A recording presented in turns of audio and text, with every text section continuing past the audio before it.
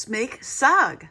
This is some tofu, which we're cubing instead of paneer for a non-dairy option.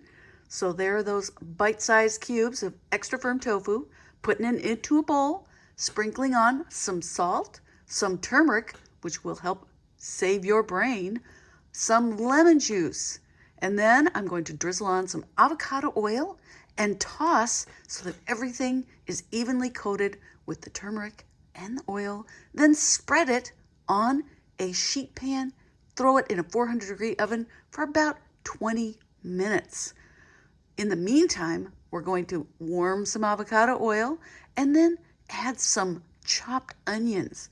Now, you know me, the longer you give those onions to develop flavor in that pan, the better it's going to be. But I am going to go ahead and put in some chopped garlic and chopped fresh ginger, both of which are going to help you build immunity in these trying times, and you're going to enjoy the incredible flavor of that peppery ginger that's just going to add so much lovely flavor to this. Then in goes some ground cumin and some ground coriander, both of which are antioxidant-rich spices that give it that incredible, authentic Indian flavor. So now I'm putting in a chopped jalapeno. If you like a little bit more heat, you can use a serrano or another chili, whatever you've got access to that has the heat level that you enjoy. Now, in my 4-quart pot, I'm going to start adding this spinach a couple handfuls at a time. As you can see, the pot would be completely overflowing if we added it all. In fact, you can't fit the entire pound of spinach in at one time, so you have to shrink it a little bit at a time. So just let it sort of shrink over the heat, and then you can add more spinach. That we can just work that whole pound in there gradually. Now I'm putting in a 1/4 cup of coconut cream, some salt, and a squeeze of fresh lemon juice.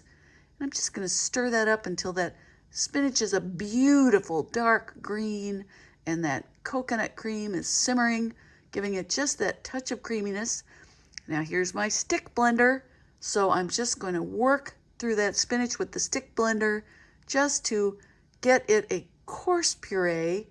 Now you can use your Vitamix or a food processor if you want a really smooth saag for your saag tofu paneer. But in my case, I like it a little bit more coarse, a little bit more texture. So you can see I've got it coarsely pureed. Isn't that just delicious looking?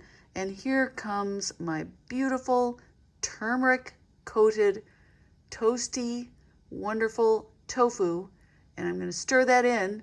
And it, because I've roasted it like that, it's got a nice firm edge on it, so you can put this away in the refrigerator for 2 or 3 days. That tofu won't break up or crumble, and it'll just absorb more flavor from that delicious spinach. So here we have our incredibly delicious, super nutrient dense tofu saag. Enjoy!